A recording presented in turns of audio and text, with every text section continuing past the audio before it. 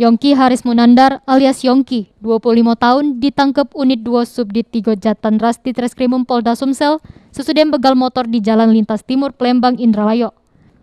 Tersangka yang merupakan warga Jalan Jepang Kecamatan Kertapati diketahui begal korban Meza Arianda, 23 tahun, warga Desa Benakat Minyak, Kabupaten Pali.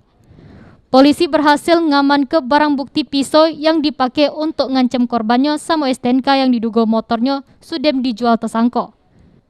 Kasubdit 3 Jatantras Polda Sumsel, Kompol Christopher Panjaitan ngaku ke tersangka ini merupakan residivis. Ini sudah yang kelima kalinya tertangkap. Tersangka yang beraksi selalu ngancam korban dengan pisau ini pernah terlibat kasus bajing loncat. Kita mengamankan pelaku begal motor yang mana tersangka ini adalah residivis. Ini sudah yang kelima kali dia melakukan dan terbuang.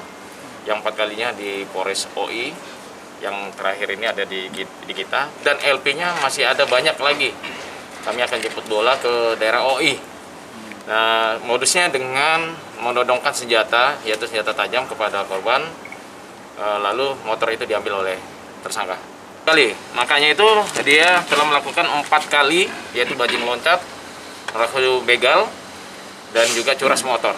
Pasangan saat beraksi itu selalu bervariasi ya. Ada kalanya dia beraksinya 4 orang, ada yang 2, ada yang 3. Untuk menanggung jawab ke perbuatannya, tersangka dikenakan ke pasal 365 ayat 1, ayat 2 ke 1, kedua KUHP dengan ancaman hukuman 12 tahun penjara.